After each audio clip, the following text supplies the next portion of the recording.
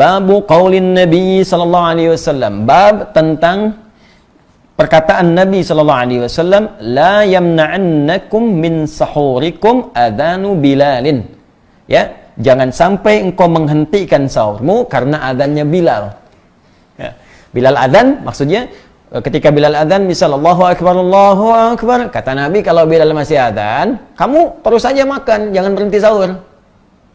Kalau orang baca cuman sampai sini dan tidak belajar ilmu hadis, hati-hati. Baca teksnya, baca terjemahan, dipraktekkan, yakin saya begitu subuh adzan masih makan. Ya, Nabi aja yang bilang kok hadis Nabi, bukan Nabi memahamkan seperti itu. Kita yang harus mengerti apa yang dimaksud dengan kalimat ini. Nah, saya ingin sampaikan dulu teman-teman sekalian. Jadi di zaman Nabi itu ketika Nabi SAW hijrah ke Yathrib dan berubah menjadi Al-Madinah Al-Munawwarah, secara singkat saja, supaya tidak terlampau panjang, secara singkat nanti ada dua orang yang ditugaskan oleh Nabi SAW untuk mengumandangkan azan di waktu subuh. Ya. Yang pertama Bilal bin Rabah, yang kedua Abdullah bin Abi Ummi Maktum. Nanti ada kisah tersendiri sebetulnya, jadi Allahu Akbar ya. Kadang-kadang kita malu juga dalam situasi seperti ini.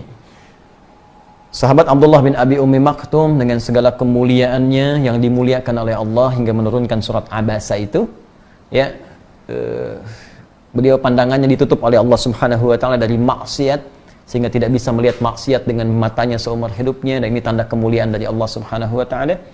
Kemudian di usianya yang sepuh pun Masya Allah masih tergerak untuk bisa memaksimalkan ibadah dan menyadari bahwa ada sisa hidup yang harus dimanfaatkan. Itu cara berpikir sahabat.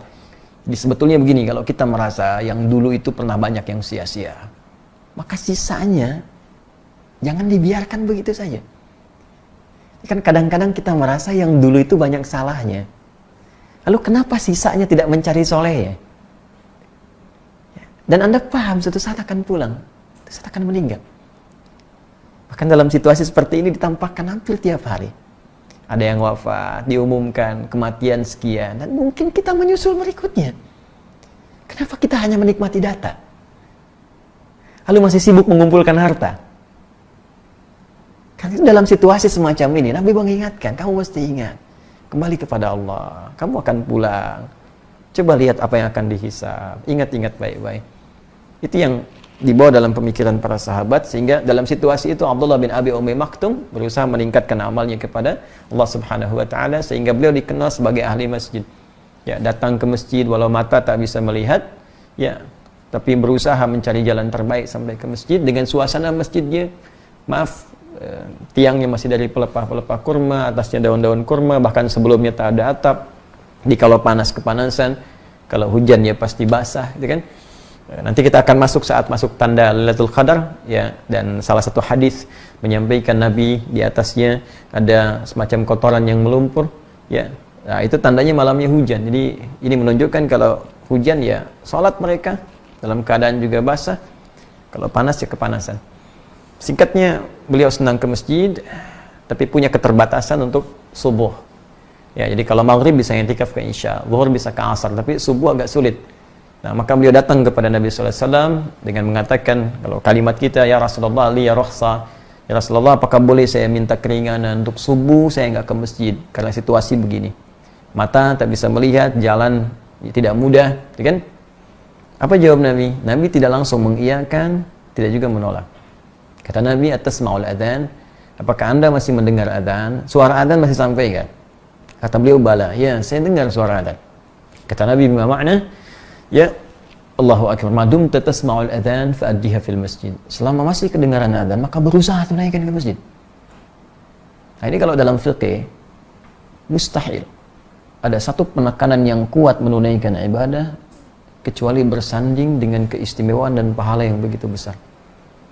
Karena itu nanti di hadis Muslim, ke masjid itu baru datang saja dalam situasi yang normal ya, bukan kondisi seperti wabah dan sebagainya. Jadi jangan dipahami dengan berbeda. Dalam kondisi normal, datang ke masjid saja, baru kita masuk tuh dapat 25 pahala, dituliskan. Belum ngapa-ngapain, baru masuk. Dengan niat ibadah. Jarak satu keduanya 500 tahun, dua ketiga 500 tahun. Itu tinggi sekali. Dari peristiwa ini, maka esoknya beliau berusaha untuk datang ke masjid subuhnya dengan cara yang berbeda. Jadi kalau subuh 4.30, Allahu Akbar, beliau sudah meraba jalan. Kalau kita mungkin jam 3 dari rumahnya, datang ke masjid jam 4. Yang kita tahu selama ini Bilal bin Rabah yang adzan radhiyallahu taala anhu, sejak peristiwa itu Abdullah bin Abi Ummi Maktum adzan subuh. Itu yang menjadikan nanti Nabi menetapkan adzan 2 kali. Saat subuh, adzan pertamanya itu Bilal. Adzan keduanya Abdullah bin Abi Ummi Maktum. Nah, adzan pertama ini itu dilakukan oleh Bilal sebelum masuk waktu subuh. Di waktu ya tertentu. Kapan waktunya? Mari kita baca. Nanti begitu subuhnya masuk, baru Abdullah bin Abi Ummi Maktum itu adzan. Ya, karena Bilal adzan pertama sebelum masuk waktu subuh, karena itulah Nabi mengatakan kalau Bilal adzan, masih makan kalian, jangan berhenti. Nah, maka kalimatnya bukan imsak. Teruskan makan malah kata Nabi. Ya, ini kalimatnya jelas tuh. La yamna'annakum ya min sahurikum adzanu Bilal. Ya, ayo teruskan, jangan kalian berhenti karena adzannya Bilal, karena adzan Bilal itu belum masuk subuh. Ya, ini barangkali yang agak keliru dipahami sementara orang, sebagian dibaca hadisnya mengatakan saat adzan masih boleh makan. Nah, ini yang dibaca baru sebagian hadisnya. Jelas ya? Baru sebagian, nanti ada beberapa hadis yang terpisah versinya, itu yang dimaksud adzannya Bilal. Ketika masuk adzannya Abdullah bin Abi Ummi Maktum, maka berhentilah Anda dari makan dan minum, karena waktunya tiba untuk memulai puasa. Antara jeda itu, apa yang terjadi? Yuk kita baca hadisnya. Haddatsana Ubaid bin Ismail an Abi Usamah an Ubaidillah an Nafi' an Ibnu Umar wal Qasim bin Muhammad an Aisyah ummul mukminin radhiyallahu taala anha anna Bilalan kana yu'adzinu bilailin. Hadisnya tersambung pada ibunda kita semua, Sayyidah Aisyah ummul mukminin, semoga Allah memuliakan beliau, memuliakan segala keutamaannya, menyayangi beliau dan senantiasa pasti disayangi dengan Nabi sallallahu alaihi wasallam beserta seluruh istri-istri beliau tercinta, ibunda kita semua. Baik. Beliau menyampaikan bahwa Bilal ya, itu biasa saat Ramadan itu beliau menunaikan adzannya di waktu masih malam. Lailin, kalimat lain itu lail itu belum masuk fajar. Di fajar belum masuk, Bilal yang biasa adzan. Ya, faqala Rasulullah sallallahu alaihi wasallam, maka Rasulullah sallallahu alaihi wasallam bersabda, "Kulu washrabu hatta yu'adzina Ibnu Ummi Maktum, fa innahu la yu'adzinu hatta yatlu'al fajr." Fa innahu la yu'adzinu hatta yatlu'al fajr. Ya. Baik. Qala al-Qasim wa lam yakun baina adhanihima illa an yarqa dha wa yanzila dha. Allahu akbar. Tuh, maka kata Sayyidah Aisyah, Bilal biasanya yang adzan sebelum subuh. Waktunya masih belum masuk fajar. Maka kata Nabi, kulu washrabu, kalian teruskan makan dan minum. Ayo, makan minum. Hatta yu'adzina ya, Ibnu Ummi Maktum. Sehingga nanti sampai tiba adzannya sahabat Abdullah bin Abi Ummi Maktum. Ya, fa innahu la yu'adzinu hatta yatlu'al fajru. Karena tugasnya Abdullah bin Abi Ummi Maktum ini tidak adzan kecuali saat masuk waktu subuh. Ya, paham sampai sini? Nah, sekarang pertanyaan keduanya, berapa jaraknya dari Bilal adzan sampai ke Abdullah bin Abi Ummi Maktum adzan, dan apa yang dikerjakan di sela-sela ini? Ini yang menjadi sunnah kita untuk bisa kita ikuti. Ya, baik. Jadi kesimpulan pertama sebelum kita teruskan, ya, jadi dari adzan Bilal itu adzannya peringatan. Jadi bukan adzan subuh. Nah, ini nanti diabadikan sampai sekarang di Madinah. Sampai sekarang itu adzan subuh di Madinah 2 kali. Ya, jadi ada adzan pertama, adzan kedua. Adzan pertamanya peringatan bahwa subuh akan tiba. Jadi kalau Anda baru pertama umrah, nyampe ke Madinah atau haji, ya pertama ke Madinah dulu, dengar adzan pertama, jangan langsung sholat subuh. Jangan terlampau soleh, bisa salah nanti. Ya, baik. Jadi itu bukan adzan subuh, itu adzan pertama peringatan untuk menunjukkan sebentar lagi subuh tiba. Cepat bangun, cepat siap-siap. Masjid Nabi beda dengan masjid biasa. Ada 10.000 keutamaan di situ. Sekali sholat 10.000. Ya kan? Masjidil Haram 100.000, Masjidil Aqsa 1.000. Jelas? Nah, sekarang jadi kita pahami dulu adzan pertama peringatan. Jadi kalau kita ingin ingatkan boleh, kalau ingin ikut sunnah Nabi bisa. Adzan misalnya Allahu Akbar, tapi sampaikan dulu pada masyarakat. Jangan ujug-ujug adzan sunnah Nabi baru Anda yang belajar, masyarakat belum tahu. Begitu jam 4 sudah adzan di komplek. Allahu Akbar. Di demo Anda ke masjid sama ibu-ibu. Woi, belum. Gitu kan? Nah, jadi mohon maaf, pelajari dulu, sampaikan ke masyarakat. Jadi wasilah itu bisa berbeda. Ya bisa misalnya adzan, kalau tahu itu bisa dengan menginfokan, Bapak Ibu sahur, sahur, sahur. Sunnah. Sunnah. Sebentar lagi akan tiba waktu subuh, 15 menit lagi, ya kan? 20 menit lagi, sunnah. Diingatkan boleh. Boleh jadi ada yang tak sadar. Jelas ya?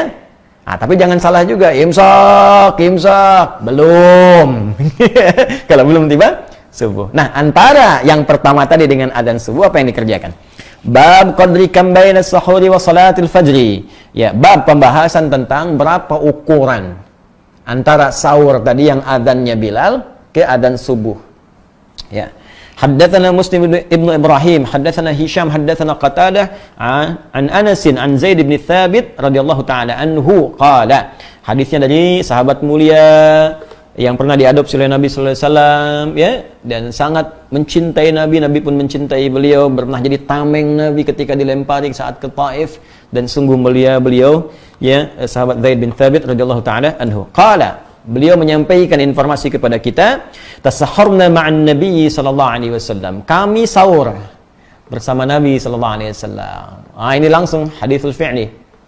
Hadisnya berupa perbuatan. Kalau sudah perbuatan ini sudah selesai. Ya, artinya apa? Artinya ya, ini jadi referensi yang sangat kuat. Ya, jadi sahabat yang langsung mengalami bersama Nabi, silsilah sanadnya sampai juga kepada Al-Imam Al-Bukhari dan kualifikasi ketat hadisnya sahih. Tsumma qama ila salati qultu. Ya, kemudian sampai kami salat. Sampai kami salat. Jadi dari sahur bersama Nabi terus ya sampai waktu ke subuh, sampai mau salat. Kemudian beliau bertanya, "Kam kana bainal adzan ya was sahur?" Kemudian aku bertanya kepada Zaid bin Thabit. Jadi Anasnya bertanya kepada Zaid bin Thabit, "Kam kana bainal adzani was sahur?" Menurut pengalaman engkau saat engkau sahur bersama Nabi sampai ke adzan itu jaraknya berapa lama? Ya, kata Zaid bin Thabit, qala qadra 50 ayatan, sekitar bacaan 50 ayat Al-Qur'an dibaca dengan tartil. 50 ayat, teman-teman sekalian. Ya, An-Naba lebih sedikit lah, ya kan? Jadi kalau kita baca itu ya kurang lebih 15 menitan lah. Ya, 10-15 menit. Jadi kalau kita mau ambil kesimpulan ke sini, 15 menit sebelum waktu subuh tiba, kita bisa sampaikan ke masyarakat, sebentar lagi subuh tiba, waktu sahur berakhir, Bapak Ibu sekalian, harap segera menyempurnakan sahurnya, isi dengan istighfar dan persiapkan subuh menjelang tiba. Atau kalau mau pakai lebih sunnah lagi, baca Al-Quran, dibaca sampai subuh tiba. Makanya di Allahu Akbar, senang sekali di kampung-kampung daerah-daerah itu banyak sunnah Nabi dipraktekkan. Jadi tidak banyak teori, tidak banyak cakap, tapi sunnah dipraktekkan. Karena ulama kita dulu itu sebelum mengajar sudah punya sanad di hadisnya. Ya, mereka itu menyampaikan nggak kompleks kepada masyarakat, simpel aja. Jadi perintahnya itu lebih berupa perilaku. Ayo sebelum adzan ngaji dulu, ngaji, ya kan? Nanti sebelum itu sampaikan dulu ke masyarakat begini. Itu sebetulnya sunnah. Mereka sudah khatam. Kalau kita lihat sanadnya pun ada. Jadi bukan ngaji kayak kita begini. Ya, mereka sudah hafal tuh. Sudah dibacakan depan syekh, mereka baca, dikasih ijazah. Sanadnya ada semua. Tapi untuk memudahkan ke masyarakat yang awam itu jangan diberikan banyak teori. Diberikan yang paling mudah. Diberi teori, pusing mereka. Ya. Nah, jadi ini gambarannya. Jadi pertama, kita sudah mendapatkan informasi bahwa untuk puasa Ramadan itu tidak boleh sembarangan. Tidak bisa Anda hanya sekedar mohon maaf tahan lapar, tahan haus, nanti masuk ke dalam satu hadis Nabi sallallahu alaihi wasallam, "Rubba shaimin laisa lahu min siyamihi illa al-ju' wal 'atash." Tidak sedikit orang puasa tidak dapat apapun dari puasanya kecuali hanya rasa lapar dan haus saja. Mesti ada ketentuan yang kita pelajari, mesti ada aturan yang dipahami, ya. Kemudian yang kedua, dalam penunaian ini mesti jelas mengetahui waktunya dari mulai subuh sampai dengan ke maghrib kita puasa. Itu yang disebut secara bahasa dengan saum, siam ataupun imsak. Dan jangan salah paham dengan nama imsak. Imsak yang dimaksudkan dalam kalimat ini secara bahasa itu senafas dengan siam, senafas dengan saum, artinya puasa. Jadi kalau masuk waktu sebelum fajar tiba, itu masih waktunya boleh makan, ya boleh sahur, boleh minum, tapi kalau sudah fajar tiba, itu yang dimaksud dengan imsak. Jadi imsak dalam pengertian ini bukan 5 menit, 10 menit sebelum waktunya adzan tiba, tapi pas saat fajar tiba. Kecuali kalau yang Anda maksudkan imsak dalam pengertian istilah orang Indonesia. Kan? Yang diminta misalnya yang dimaksud siap-siap gitu. Kecuali itu. Tapi kalau kedengaran orang Arab makin bingung lagi nanti. Ya. Karena itu silahkan manfaatkan dan kita saling mengingatkan, dan bagus ya era modern kekinian suasana mengingat ini bahkan disampaikan dalam bentuk yang lebih detail lagi lewat jadwal puasa. Ya, jadwal puasa sudah ada. Ini makin bingung juga nih. Ya, jadwal puasa kita, tapi yang disebarkan tuh jadwal imsak. Coba ya. Ya, benar sebetulnya kalimatnya jadwal imsak, jadwal puasa. Cuman masalahnya yang muncul kok jadwal sholat. Coba cek ya. Jadwal imsakiyah, jadwal imsak. Tapi yang keluar jadwal sholat.